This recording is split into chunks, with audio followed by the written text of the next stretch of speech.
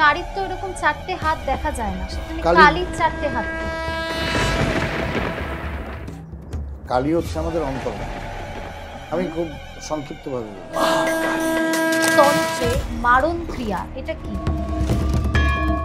কালী আর তারার মধ্যে কি পার্থক্য?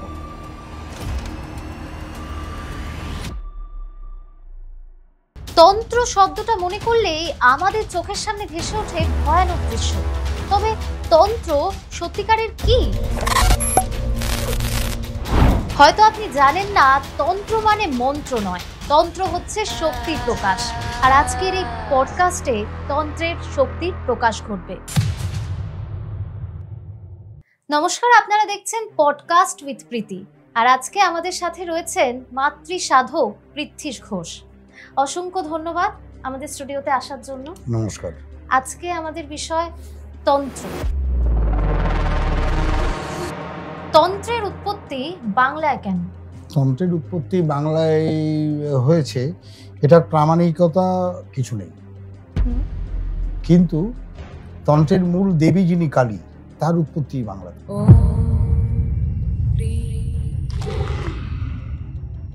কারণ তন্ত্র পৃথিবীর সমস্ত দেশে আদিম মানুষের মধ্যে হয়েছিল, এবং সেটা হয়েছিল ভীতি থেকে।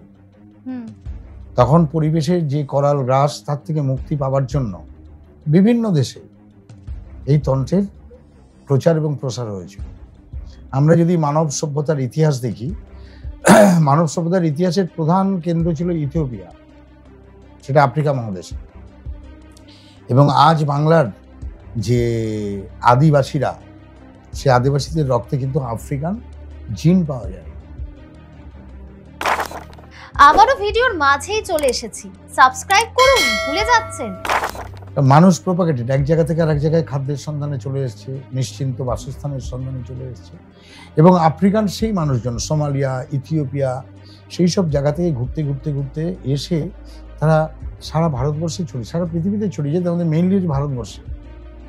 এবং ভারতবর্ষে এসে বাংলার যে নরম আবহাওয়া, এখানকার যে সুস্বাদু ফল, এখানকার যে সুন্দর পরিবেশ, এই পরিবেশে তারা মানিয়ে নিয়েছে। এটা আমরা শুশুনিয়া পাহাড়ে গেলে খুঁজে পাবো, প্রত্নতাত্ত্বিক খননের পরে বেরিয়েছে। অজয় নদী বীরভূমে, সেখানে পাবো। শিলাবতী নদী বাঁকুড়ায়, সেখানে পাবো। এইগুলো প্রত্নতাত্ত্বিক খননে বেরিয়েছে। এই ছাড়া অ্যানথ্রোপোলজিস্ট যারা, তারা মানুষের খুলি দেখে মানুষের প্রোপাগেশন, মানে কোথা থেকে তারা এসছেন, এগুলোকে নির্ধারণ করেন, তারাও পেয়েছে। আপনি যদি লক্ষ্য করেন, আমাদের বৃহত্তর বাংলা, মানে যেটা হচ্ছে ত্রিপুরা থেকে শুরু করে, চট্টগ্রাম থেকে শুরু করে সমুদ্রের উপকূল বরাবর বাংলাদেশের নিচে, মানে সুন্দরবন ধরে আমাদের মেদিনীপুর, পশ্চিমবাংলা মেদিনীপুর অবধি আমরা যদি বা উড়িষ্যা অবধি ঘুরি, এখানে যে সমস্ত মানুষের বাস আছে, তাদের মধ্যে প্রচুর মানুষ আছেন যারা খুব লম্বা, গায়ের রং কালো, কেমন, মুখের এই যে হনু দুটো একটু উঁচু, এরা সব কিন্তু দেখবেন আফ্রিকান অরিজিন, কেমন। এছাড়া মধ্যপ্রদেশ, উড়িষ্যা, ঝাড়খণ্ড, বিহার, আমাদের পশ্চিমবাংলা, মানে পুরুলিয়া, সিংভূম, মানভূম, এই অঞ্চলের যে সমস্ত অধিবাসী, যাদেরকে আমরা আদিবাসী, তাদের গায়ের রং থেকে শুরু করে, তাদের চেহারা, তাদের খুলির গঠন, তাদের দাঁতের গঠন থেকে শুরু করে অ্যানথ্রোপোলজিস্টরা বিচার করবে যে না, এরা বাইরের দেশ থেকে এসেছেন, আফ্রিকা থেকে এসেছে। আচ্ছা, তন্ত্রের উৎপত্তি কোন দেবতার থেকে? এক মিনিট, আমি একই প্রসঙ্গে আর একটা কথা একটু বলে নিই। একদম। আপনি যদি এখন দেখেন, আফ্রিকাতে পুতুল বিদ্যা বলে তন্ত্রের একটা ব্যাপার থাকে, একটা পুতুল তৈরি করে তার, এখানেও তো সেটা রয়েছে, সেটা ওদের থেকেই এসেছে, আফ্রিকা থেকে। হ্যাঁ, কমপ্লিটলি। মানে আফ্রিকা থেকে তন্ত্র এসেছে? হ্যাঁ, না, আফ্রিকা থেকে তন্ত্র আসেনি, মানুষ আফ্রিকা থেকে এসেছে। আচ্ছা, মানুষ এসেছেন আফ্রিকা থেকে, কেমন। এছাড়া বাংলায় কি শুধু আফ্রিকার মানুষ আছে? না, এই যে আপনার গায়ের রং পরিষ্কার, আমার গায়ের রং তামাটে, এই পরিষ্কার গায়ের রংটা কোথা থেকে এলো? পরিষ্কার গায়ের রংটা এসছে আমাদের উত্তর পূর্ব ভারত থেকে, ভুটান থেকে, নেপাল থেকে, মঙ্গোলিয়া থেকে, কেমন। এইসব জায়গা থেকে মানুষ বাংলাতে এসছেন। তিব্বতী মানুষের গায়ের রং পরিষ্কার, তাই না? আপনি যদি উত্তর পূর্ব পশ্চিম, মানে উত্তর পূর্ববঙ্গের দিকে যান, উত্তরবঙ্গের দিকে দেখবেন মানুষের গায়ের রং তো পরিষ্কার বটে, চোখের দুটো এরকম, গায়ের রংটা পরিষ্কার নয়, একটু হলদেটে টাইপের, একদম ওই ভুটানিদের মতো, মঙ্গোলিয়ানদের মতো। ত্রিপুরাতে প্রচুর মানুষ আছেন যাদের অরিজিন হচ্ছে চীন দেশ, তারা চীন থেকেই এসেছিল। কেমন আপনি চীনা এরিয়া যেগুলো আছে পাকসাকাশির দিকে, বেন্টিং স্ট্রিটের দিকে চীনা মানুষজনকে দেখবেন, তারা কি হয়তো কিছুটা তামাটে হয়েছে, কিন্তু তাদের আকৃতি বিশিষ্ট প্রচুর মানুষকে আপনি উত্তরবঙ্গে পেয়ে যাবেন। কেমন তাহলে তন্ত্রের উৎপত্তি কোন দেবতা? তন্ত্রের উৎপত্তি দেবতা থেকে ঠিক নয়, তন্ত্রের উৎপত্তিকে কল্পনা করা হয় কালী থেকে, ধরা হয়, সেটাই বলা হয়। কালী থেকেই তন্ত্র? কালী থেকেই তন্ত্র, আর শিব থেকেও তন্ত্র। শিব থেকে তন্ত্র? হ্যাঁ, শিব মানে হচ্ছে জ্ঞান, কালী তার কনসর্ট, মানে কালী তার মহিলা পার্ট, পুরুষ পার্টটা, শক্তির পুরুষ পার্টটা হচ্ছে শিব। আমরা পরমেশ্বর রূপে কল্পনা করি ভগবান শিবকে, কালীকে পরমেশ্বরী হিসাবে কল্পনা করি, তাই না? একটা ছোলা যেমন দুটো পার্ট থাকে, ছোলা যখন ছোলা গাছটা বার হয় দুটো পাতা হয় না, ফুড, ঠিক একটা শিব একটা কালী। শিব এবং কালী, পজিটিভ এবং নেগেটিভ, এটা না হলে তো সৃষ্টি হবে না।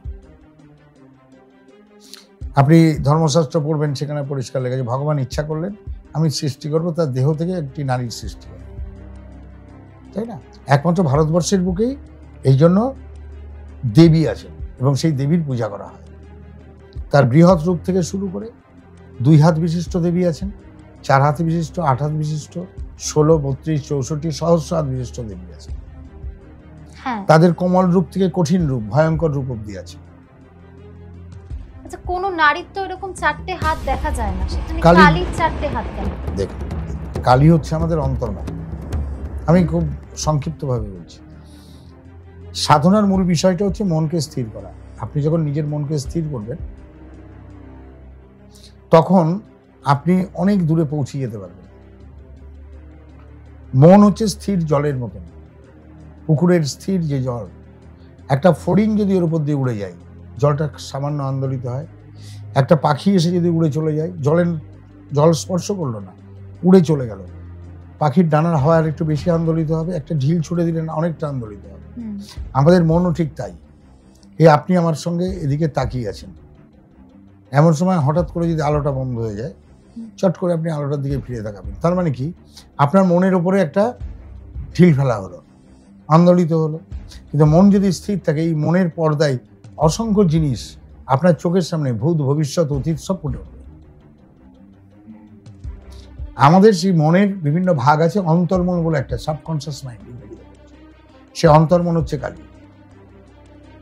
একটা ছোট্ট প্রশ্ন করি আপনাকে, আজকে 22 তারিখ না? 23 তারিখ। গত বছর গত বছরের এই 23 তারিখে আপনি কি দিয়ে ভাত খেয়েছিলেন? মনে নেই। কিন্তু তারও 5 বছর আগে আপনার বাবা মায়ের বিবাহ বার্ষিকীর কি মেনু ছিল সেটাকে আপনাকে জিজ্ঞাসা করলে আপনি বলে দিতে পারবেন। হ্যাঁ। তাহলে 5 বছর 6 বছর আগের ঘটনা মনে আছে, 1 বছর আগের ঘটনা মনে নেই কেন? কারণ আপনি গুরুত্ব দেননি, তাই তো? আমরা গুরুত্বপূর্ণ ঘটনাই তো মনে রাখি, কিন্তু মনের মধ্যে সবই আছে, ওটা আপনি বিশেষভাবে গুরুত্ব দিয়েছিলেন বলে মনে আছে। তাহলে 5 বছর আগেকার জিনিস যদি মনে থাকে, 50 বছর আগেকার জিনিস আপনার মনে আছে, এবং 1 বছর আগেকার জিনিস যেটা বলতে পারলেন না, গত বছরের 23 তারিখের মেনু, সেটাও মনে আছে। এই মনে আমাদের সবকিছু থাকে, যেটাকে আমরা সংস্কার করি। কেমন? কালীর স্পর্শ যারা, আপনি যদি অন্তর্মনে ঢুকতে পারেন তাহলে ওই সমস্ত কিছু ধুয়ে মুছে পরিষ্কার করে দিতে পারবেন, আপনার মন আর কোনোভাবে আন্দোলিত হবে না।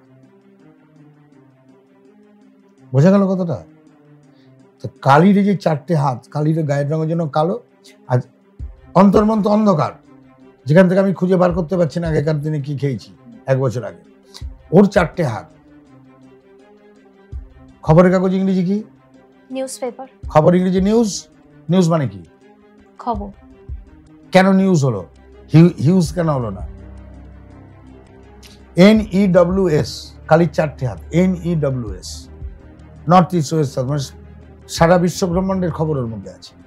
আচ্ছা, মানে এত গভীর ভাবে কখনো ভাবিনি। তাহলে ওই খবরটাকে টেনে বার করতে হবে। সাধনার মূল বক্তব্য ওখানে যে মনটাকে স্থির করো, মন্ত্র জপ করো। এবার সেটা নাম মন্ত্র হতে পারে, বীজ মন্ত্র হতে পারে, মালা মন্ত্র হতে পারে, মন্ত্র বিভিন্ন রকমের আছে। তাহলে মনকে স্থির করার জন্য কোথায় যাচ্ছেন আপনি? যেখানে কালী দাঁড়িয়ে আছে, এটা ঘরের মধ্যে, ওই ঘরটাকে কি বলেন? মন্দির। মানে যেখানে গেলে মন ধীর বা স্থির হয়, সেটা হচ্ছে মন্দির। সেখানে আপনার পছন্দের দেবতা দাঁড়িয়ে আছেন, ভগবান শিব হতে পারেন, কালী, যেই হোক, সেখানে মন স্থির করতে যাচ্ছে, তাই না? আর শাক্ত দেবী, মূল দেবী হচ্ছেন কালী।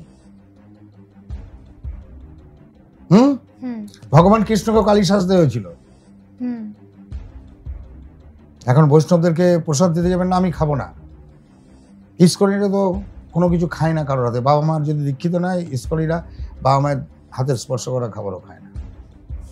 তাহলে এত, কিন্তু আবার দেখুন, ওই যে কৃষ্ণ মন্ত্র, তার দেবী হচ্ছেন শক্তি দেবী, মন্ত্রের যিনি অধিষ্ঠাত্রী দেবী। তো এখন তারা শাক্ত প্রসাদ খান, কিন্তু শক্তি ছাড়া আপনি চলতে পারবেন না। ছোটবেলায় বাবা মা আপনাকে কি খাইয়েছেন? হরলিক্স খাইয়েছেন, গায়ে শক্তির দরকার।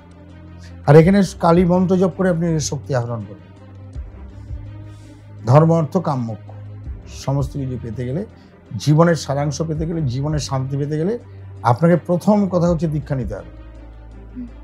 দ্বিতীয় কথা হচ্ছে গুরুর আশ্রয় থেকে আপনাকে গুরুর কথা অনুযায়ী আপনাকে এগিয়ে চলতে হবে। কেমন?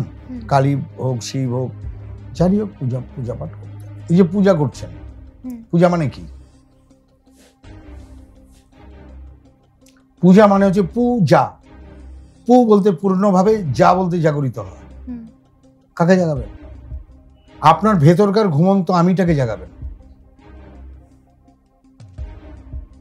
চেতনা। সেটা কি জিনিস? চেতনা একটা স্তর। চেতনা একটা স্তর। ওই অন্তর্মনে চেতনাটা থাকে, সেটা হচ্ছে কালী। সেই জন্য তাকে চৈতন্যময়ী বলা হচ্ছে। কেমন? তাহলে পূর্ণভাবে যখন জাগৃত করছেন, আমাদের যে ব্রেন, মাথার মধ্যে মস্তিষ্ক, ঘিলু, সেখান থেকে লম্বা একটা নালী নেমে আসে সুষুম্না কাণ্ড মেরুদণ্ডের মধ্যে দিয়ে। কেমন? খুব সংক্ষেপে বলে দিই, এটা পরে যদি সময় দেন বলবো। এর 6-7টা জায়গায় নার্ভ গ্যাংলিয়ন থাকে, গোটা জড়া পাকানো নার্ভের একটা, আর ওগুলোর পাশে পাশে একটা করে এন্ডোক্রাইন গ্ল্যান্ড থাকে। পিনিয়াল থাকে গ্ল্যান্ড, পিটুইটারি থাকে, থাইমাস থাকে। এই থাইমাস বলতে এখানে থাইরয়েড থাকে, এখানে থাইমাস থাকে, এখানে আইলেটস অফ ল্যাঙ্গারহ্যান্স থাকে, এখানে গোনার্স থাকে। এই যে পয়েন্টসগুলো, এখানে নার্ভ গ্যাংলিয়ন্স থাকে। নার্ভ কী করে আমাদের সারা শরীরকে চলতে ফিরতে, ঘুরতে, স্মৃতিশক্তি রাখতে, দেখতে, খেতে সব কিছুতে সাহায্য করছে না? এদেরকে কন্ট্রোল করে। কিন্তু দুটো গ্ল্যান্ড আমাদের শরীর ইনঅ্যাক্টিভ। একটা যে পিনিয়াল গ্ল্যান্ড অ্যাক্টিভ শুধু রাত্রিবেলায়, আর একটা হচ্ছে আমাদের থাইমাস এইখানটায়। এবার আমাকে নমস্কার করুন, হাত জোর করে নমস্কার করুন। ওরকম নাই। কিভাবে নমস্কার করি আমরা? এরকম করে। কেন করি? মাথায় আজ্ঞা চক্রে আর কি, এবং হৃদয় চক্র, এটাকে বলা অনাহত চক্র, হার্ট চক্র। এখানে গুরুকে আগে প্রণাম করি, তারপর ইষ্টকে প্রণাম করি। হ্যাঁ, তাহলে গুরু, এবং এটাকে গুরু চক্র বলা হয়। কেমন? আচ্ছা, এটা গুরু চক্র, এটা ইষ্ট চক্র। ইষ্ট এখানে বুকের এখানে, যে এই যে হাড় বেরিয়ে কড়া, মানে হার্ট চক্র। কি হার্ট চক্র যেটাকে বলছি। কেমন? এই দুটোকে আমরা এনার্জাইজ যদি করতে পারি, আমরা যা খুশি করতে পারি। বাহ। আমি এখন আপনাকে বললাম আপনার এগুলো জাগ্রত, আমি বললাম এখন তালশাঁস খাবো, আপনি সেট করে হাত পাতলেন, এখানে তালশাঁস এসে গেল, আমাকে খেতে দিন। মানে যা কল্পনা করব সেটাই আমার সামনে চলে আসে। কল্পনা না, আমি ইচ্ছা করব। ইচ্ছা শক্তি, ইচ্ছা শক্তি জাগ্রত হবে। এবং এটা কিন্তু ধরুন আজকে রামবাবুর ইচ্ছা শক্তি আছে, রামবাবুকে আপনি সাধারণ জনমানুষের মধ্যে পাবেন না, বা উনি এই শক্তি দেখাবেন না।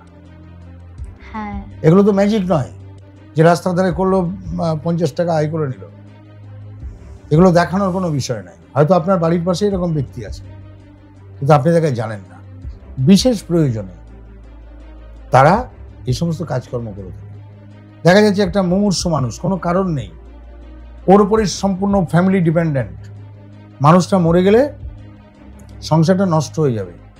আপনার পাশের বাড়ির ভদ্রলোক দেখলেন, দেখে প্রার্থনা করলেন, নিজের শক্তি প্রয়োগ করলেন, মানুষটা ধীরে ধীরে, কোনো ওষুধ খায়নি, হাসপাতালের ওষুধ খাচ্ছিল, চাঙ্গা হয়ে গেল, সমস্ত ডাক্তার ফেরত দিয়ে দিয়েছে, বাঁচলো কি করে? বোঝা গেল? তখন ওই সমস্ত ক্ষেত্রে সেই সমস্ত মহাত্মারা নিজেদের শক্তিকে প্রয়োগ করেন। আচ্ছা আচ্ছা, তন্ত্রে মারণ ক্রিয়া এটা কি? মারণ বলতে তন্ত্রে যে সমস্ত প্রফেশনাল মানুষজন আছেন তারা শত্রুর উপর এমন কিছু প্রয়োগ করেন যাতে শত্রু মারা যায়। এছাড়া আরো আছে উচ্চাটন, হয়তো শত্রু যেখানে থাকে সেখান থেকে শত্রুকে সরিয়ে দিল। বিদ্বেষণ, শত্রুর সঙ্গে শত্রুর বন্ধুর বিবাদ বাঁধিয়ে দিল। তন্ত্রগুলো আছে। কিন্তু এর কি কোনো নেগেটিভ প্রভাব পড়ে না? পড়বে। মানে আমি জেনে শুনে কারোর ক্ষতি করছি। আমি বললাম তো আপনি খুব খারাপ মানুষ। কটা আঙুল আপনার দিকে? একটা আঙুল, আর অনেকগুলো আঙুল নিজের দিকে। আমার নিজের দিকে তো 3টি আঙুল। তাহলে আমরা যে কাজ করব তার বিপরীত ফল আমি পাবো বহুগুণ করে, তাই না?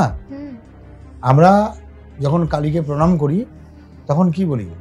ওম সর্বমঙ্গল মাঙ্গল্যে, সর্বমঙ্গল আমরা চাই যদি, তাহলে আমার কখনো অমঙ্গল হবে না। আর আমি কারোর এক আনা অমঙ্গল করলে আমি 3 আনা অমঙ্গল আমার কাছে ফেরত আসবো। সোজা কথা। মানে যেমন করব ঠিক তেমনই হবে। হ্যাঁ হ্যাঁ, তো তাই তো।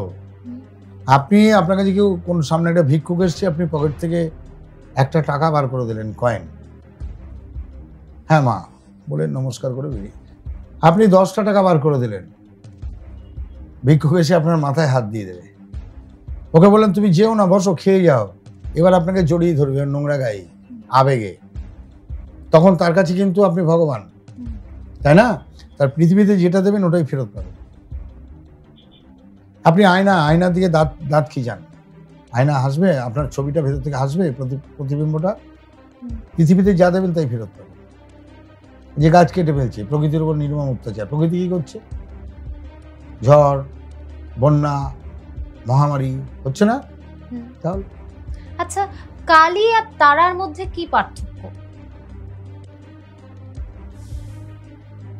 দেখুন কি করে বোঝাই, কি করে, হ্যাঁ ঠিক আছে। ধরে নিন একটি মা তার সন্তানের জন্ম দিয়েছে, কিন্তু মা খুবই রুগ্ন, বা হয়তো মা সেন্সলেস হয়ে গেছে, অথবা মার ইচ্ছা নাই ছেলের বাচ্চাটাকে ঠিকভাবে যত্নার্থী করা। তখন কি করা? একজন দায়ী মাকে দেওয়া হয়, হ্যাঁ, যিনি মায়ের সমস্ত ক্রিয়াকর্মগুলো মায়ের মতন করে করে দিচ্ছে। তা কালী হচ্ছেন একজন জননী, তিনি জন্মদান করছেন, আর তারা হচ্ছেন রমণী, যিনি পালন করছেন। মানে যিনি জন্মদান করেন তিনি কালী, আর পালন করছেন শক্তির সেই রূপটা। তার মানে দুজন আলাদা আলাদা কেউ নন, মূল বিষয়টা একই। আচ্ছা, কর্মটা আলাদা, রূপটা আলাদা, তাদের অ্যাক্টিভিটিসটা আলাদা। কালীর যে রূপ আমরা দেখি ওটা তো কালী নয়। কালীর রূপ হচ্ছে কালী যে ধ্যান। ওম সবারূঢ়াং মহাভিমাং, সবারূঢ়াং, সবের ওপরে আরূঢ়, সবের ওপরে দাঁড়িয়ে আছে, শিবের ওপরে না, সবের ওপরে দাঁড়িয়ে, ডেড বডির উপরে কালী দাঁড়িয়ে আছে। মহাভিমাং মানে বিশাল আকৃতি। আপনি দেখছেন 1.5 ফুটের কালী। আমাদের আমডাঙ্গার কালী মন্দির গেছেন কখনো? গেলে দেখবেন এরকম 1.5 ফুটের কালী মন্দির, 3 ফুটের, এই এতটুকু মূর্তি। কিন্তু এদিকে কালীর ধ্যানে কি যে মহাভিমাং মানে বিশাল আকৃতি, ঘোরোদ্রংস দাঁত বার করে আছে। কালী মূর্তি যখন দেখেন বর প্রদান, তিনি আবার বর প্রদান করছেন, আশীর্বাদ করছেন। তাহলে সেই যে মূর্তিটা, আমরা কি সেই রূপ দেখি? কালী হচ্ছে জননী। কি হচ্ছে? তিনি জন্মদান করছেন এই সৃষ্টিকে। তিনি এই যে সৃষ্টি, এটা সম্পূর্ণভাবে তারই। আর পালনকারী যে শক্তি, তারই পালন, মূল যে শক্তি, তার জন্মদান করার শক্তি হচ্ছে কালী, পালন করার শক্তি হচ্ছে তারা। কেমন? এবং কালী থেকে তারা, এই যে দুটো রূপ, এই রূপটার মধ্যে কালীর গলায় দেখবেন যে মুন্ডের মালা আছে, সেগুলো হচ্ছে এরকম চামড়া, গোঁফ, দাড়ি, চুল, চোখগুলো এরকম বন্ধ আছে, কাটা গলা, তার মালা পরা। এখানে আমার একটা প্রশ্ন আছে, কালীর গলায় মুন্ডের মালা আর তারার গলায় হচ্ছে খুলির মালা, এটা কেন? ব্যাপারটা হচ্ছে যে সাধনার প্রথম স্তরে কালীর সাধনা হয়। কালীর সাধনা করে সাধক তারা সাধনার যোগ্যতা পান। কেমন? মানে হুট করে কেউ তারা মায়ের সাধনা করতে পারে না। আপনি যদি একটা এই টেবিলটাকে চিমটি কাটেন, টেবিলের ব্যথা লাগবে না? কেন? আমার ইন্দ্রিয় আছে, টেবিলের ইন্দ্রিয় নেই, আমাকে চিমটি কাটলে ব্যথা লাগবে। কালী সাধক এমন ভাবে সাধনা করবেন যাতে তিনি ইন্দ্রিয়কে জয় করতে পারেন।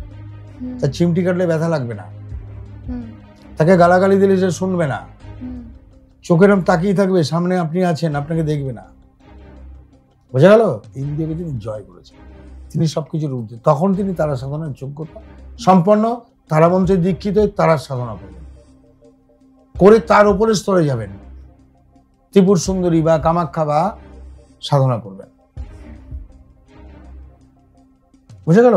সাধনার স্তর আছে, বলা হয় সাধনার 3 পা, কালী, তারা, ষোড়শী বা কামাখ্যা বা ত্রিপুর সুন্দরী। এইভাবে সাধনা আবার উল্টে আসতে, প্রথম হচ্ছে দক্ষিণাচারী, তারপর হচ্ছে সে বামাচারী, তারপর হচ্ছে সে কৌলাচারী। এর মাঝখানে আরো স্টেপ আছে, ভাগ আছে। তো তারার গলায় মুন্ডের মালা মানে এই সাধকই ওই সাধনার যোগ্যতা অর্জন করেছেন যিনি ইন্দ্রিয় জয়ী। কেমন? না বোঝা গেল না? সেই জন্য খুলির মালা, ওনার গলায় খুলি দেখানো হয়েছে। শুধু তাই না, মাথায় দেখবেন 5খানা মুন্ড আছে, খুলি, তারপর একটা সাপ, তার আমার যে চোখ আছে। আচ্ছা, সাধনারও তো 3টে ভাগ থাকে, তামসিক সাধনা, সাত্বিক সাধনা আর রাজসিক সাধনা। তো সেটার কি প্রভাব? সেটার কারণ হচ্ছে মানুষ যখন জন্মায় তামসিক ভাবেই জন্মায়, বড় হয়, আস্তে আস্তে তার মধ্যে বিভিন্ন গুণ ক্রিয়া করে, সবার মধ্যেই, সাত্বিক, তামসিক, রাজসিক সবার মধ্যে আছে। মানুষ যখন ব্যথা পায়, কষ্ট পায়, অসুবিধার মধ্যে পড়ে, তখন তার মনে ঈশ্বর সাধনার অনুপ্রেরণা জন্মায়। কে কি, কেন, কিভাবে, কোথায়, আমি কে, আমি কেন, কিভাবে, কোথায়, তখন সে ঈশ্বর সাধনার অনুরাগী হয়। ওইটা হচ্ছে রাজসিক কর্ম। আর যখন সে ঈশ্বর সান্নিধ্যে যায়, তার আত্মজ্ঞান জন্মায়, তখন সে সাত্বিক মানুষ। দক্ষিণাচারী যাদের কথা বললাম বা পশ্চাচারী, তারা যে পশু, তাদেরকে বলা হয় পশু, পশু সাধক।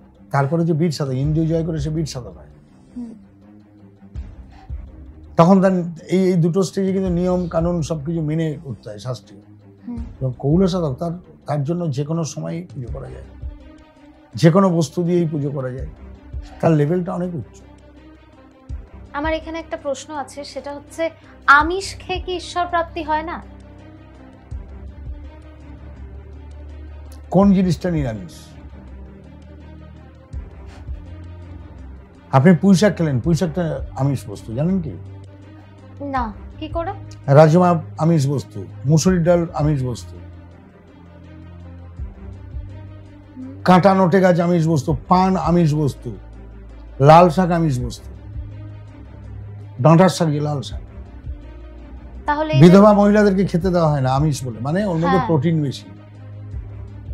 আমিষ বলতেই প্রোটিন, আমিষ বলতে পশু, গায়ের পশুর মাংস তাই নয়।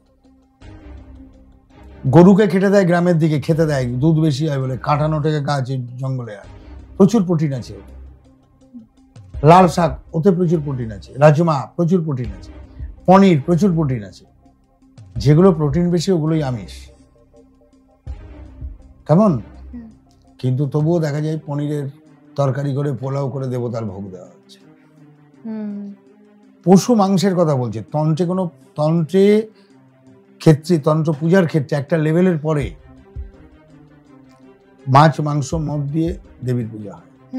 হ্যাঁ, সেটাকে পঞ্চমকার বলে। 5 রকমের ময়ের ক্রিয়াকাণ্ড ওখানে আছে, তবে একটা লেভেলে উঠে। এবার অনেকে দেখবেন আপনি জয় মা তারা বলে ঢকঢক করে একটু খেয়ে নিল, বলবম বলে প্রক প্রক করে গাঁজা টেনে নিল। তোমার মদ খাওয়ার ইচ্ছা হয়েছে, মদ খাও, গাঁজা খাওয়ার ইচ্ছা যে গাঁজা খাও, তাই বলে কালীর নাম করে মদ আর ওই শিবের নাম করে গাঁজা খেয়ে এই জলবায়ু কেস করো না। ওটা নেশাদ্রব্য, তুমি নেশা করছো, খাও। তান্ত্রিক কখনো নেশা করে না, তান্ত্রিক শুধুমাত্র পূজার জন্য এগুলো করে। আচ্ছা, তন্ত্রের মাধ্যমে যদি কারো ক্ষতি করা হয়, সে কি করে বুঝবে বা কি করে নিজেকে রক্ষা করবে?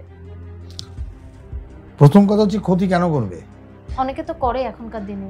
সেটা মনে হয়, আমার মনে হয় সেরকম লোক বিরল। বিরল বলতে অতি বিরল। মানুষ ভেবে নাই যে আমার ক্ষতি করেছে। আমার ব্যবহারিক জীবনে আমি যেটা দেখেছি, ভালো জ্যোতিষীর কাছে গেলে তিনি নির্ধারণ করে দিতে পারেন যে তোমার ক্ষতি কেউ করতে পারবে কি পারবে না।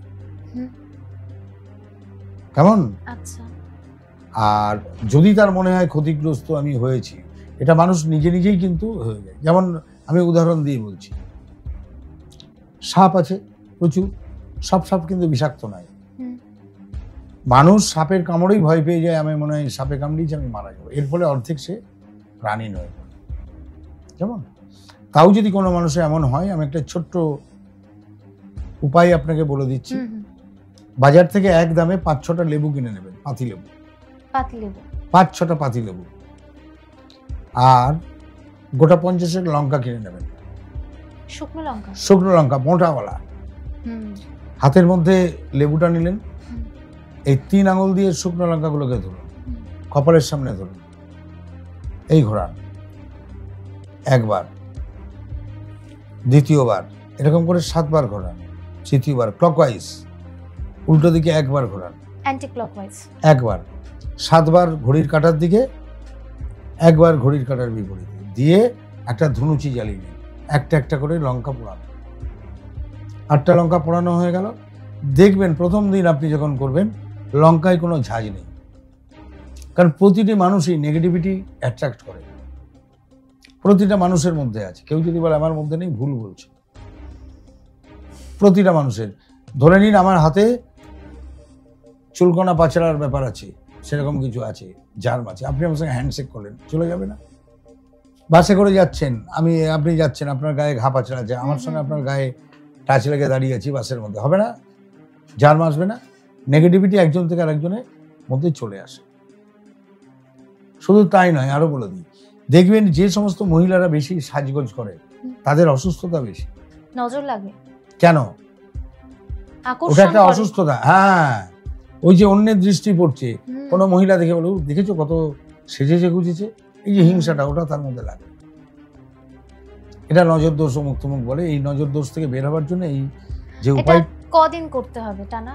এবার প্রথম দিন দেখলেন গন্ধ বেরোলো না, এবার প্রথম দিনে লেবুটা নিলেন, 2 টুকরো 4 টুকরো করুন, 4 রাস্তার মোড়ে যান, 4 দিকে ফেলে দিন, বাড়ি চলে আসুন। 4 রাস্তার মোড়েই ফেলে? হ্যাঁ, 4 রাস্তার মোড়ে 4টে রাস্তার মধ্যে 4টে টুকরো ফেলে দিন, বাড়ি চলে আসুন। আবার দ্বিতীয় দিন করুন। দ্বিতীয় দিন করলে দেখবেন অল্প অল্প করে হাঁচি আসছে, কাশি আসছে, এবং লঙ্কা পড়ার গন্ধ বেরোচ্ছে। 2-3 দিন করার পরে কারো 4-5 দিনও করতে হয়, যার যেমন বেশি করে অ্যাট্রাক্ট করেছে। এটা 4-5 দিন করলে পুরো কেটে যায়। 4-5 দিন করলে? বাহ। জানি পডকাস্ট দেখতে আপনাদের খুব ভালো লাগছে, তবে আপনারা আবার সাবস্ক্রাইব করতে ভুলে যাচ্ছেন। আপনাদের একটা সাবস্ক্রাইব আমাদের ভালো ভালো গেস্ট আনতে অনেক সুবিধা করে দেয়। পডকাস্টের এই পার্ট এখানেই শেষ হচ্ছে, আর আপনারা প্রীতিকে কমেন্ট করে জানাতে ভুলবেন না